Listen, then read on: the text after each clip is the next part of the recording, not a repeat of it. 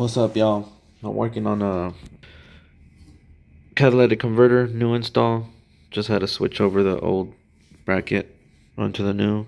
As you can see, my welding skills are getting a little bit better. It's nice if I don't say so myself. No, but I'd figure I'd bring y'all down here with me because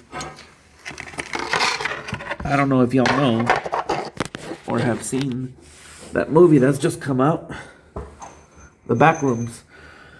I went into it not knowing anything at all. And I thought it was pretty unsettling, to say the least. But I liked it. I did.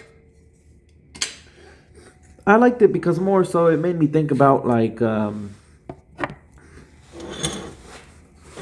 made me think about the traumas and things that we carry, and how unknowingly we tend to repeat the same cycle until we break out of it.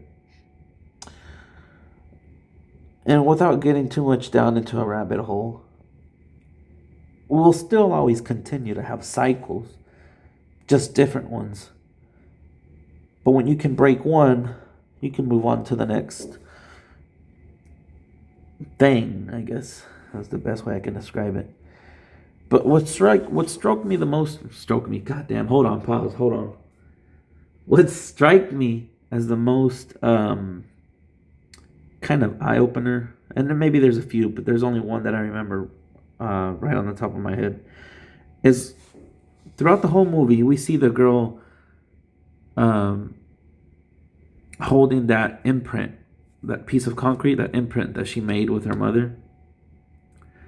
And she's holding it dearly, right? She's holding it throughout the whole movie. She's always remembering the past, stuck to the past. Maybe trying to make sense of everything. All while at the same time trying to help people. But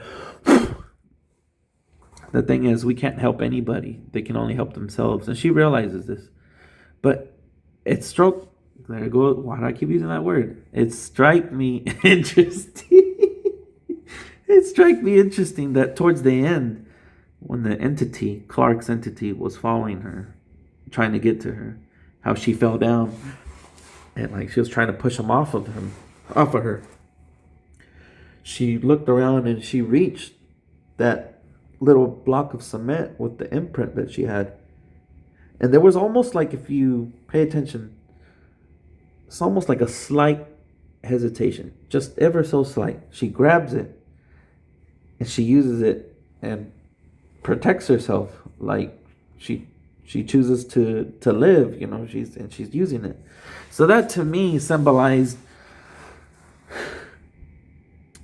that in that moment she grabbed what she held dearly, sacred almost, and used it to free herself physically. But I'd almost argue that also emotionally she did the same thing. So I know this movie can be interpreted in many ways, and I guess that's what it's for. Like I said, I didn't go into it knowing the whole backstory about Backrooms lore or anything like that. But it was very interesting to see all this movie, and it was a very good exercise for my brain as I was watching it. And I guess that can only be said because I tend to be an overthinker, so I tend to process things a little bit longer. And I just found the whole thing to be good, my only complaints were I wish the movie were a little longer, and I wish they did a more exploration in it. But that can all be solved with, a second movie, I guess. But yeah, those are my thoughts on that. Holy shit. Anyways, I'm gonna get back to this. Thanks for watching.